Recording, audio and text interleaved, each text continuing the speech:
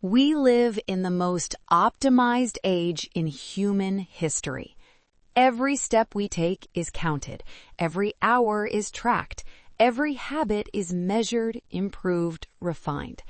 We optimize our sleep, our productivity, our bodies, our relationships, even our happiness. And yet, so many people feel strangely empty.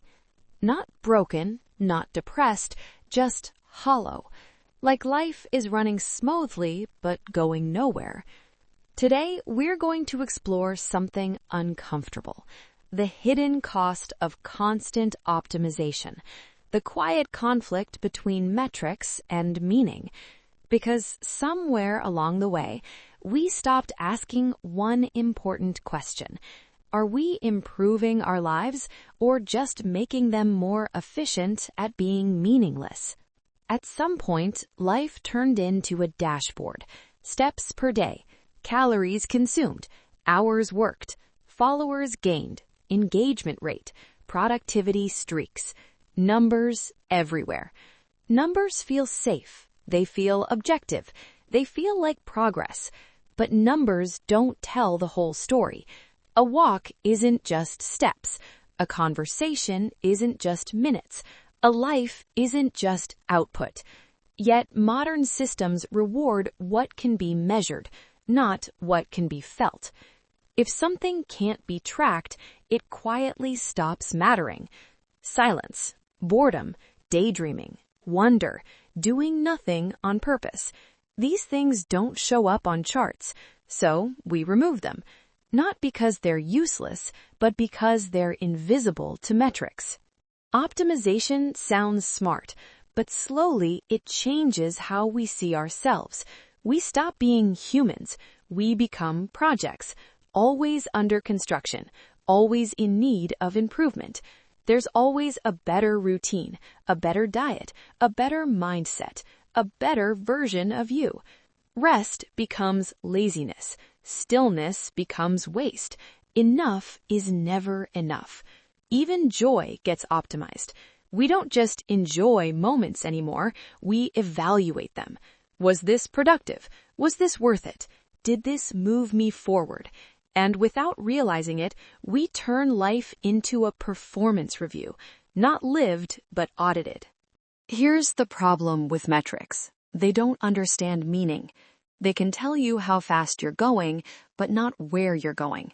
They can tell you how much you did, but not why it mattered. A conversation that changes your life looks the same as small talk on a timer. A walk that clears your mind counts no differently than pacing in stress. Metrics are blind to depth. They reward speed, frequency, and visibility, not presence, honesty, or purpose. So we begin to chase what looks good on paper, and slowly, quietly, meaning starts to shrink. Constant optimization creates a silent anxiety, because when everything can be improved, nothing is ever finished. There's always someone more productive, more disciplined, more optimized, and comparison becomes unavoidable. You don't feel behind because you're failing, you feel behind because the system never ends. The goalposts keep moving, and instead of asking, "Am I living well?" we ask, "Am I doing enough?" This is how burnout doesn't arrive loudly, but gradually, not from working too hard, but from never feeling complete.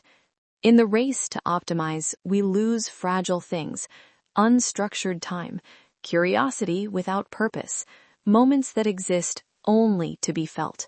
We lose the ability to sit with discomfort without fixing it. We lose patience for slow growth. We lose the courage to do things that won't pay off. And most importantly, we lose the sense that life is something to experience, not something to optimize.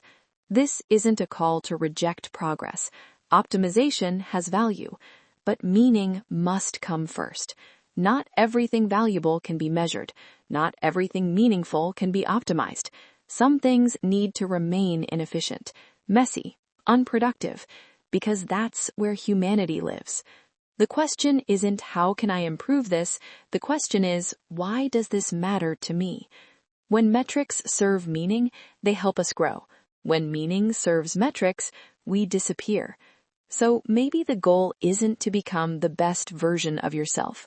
Maybe the goal is simply to be present in the version you're already living.